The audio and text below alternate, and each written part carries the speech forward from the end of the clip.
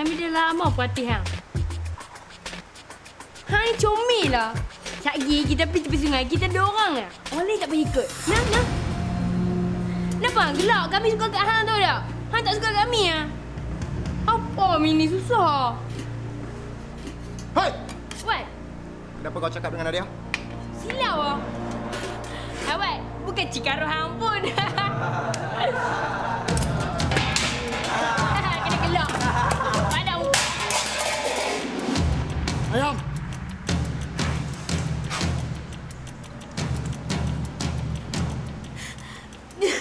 Tak apa. Kita pergi basuh baju otak, Gaban, kejap!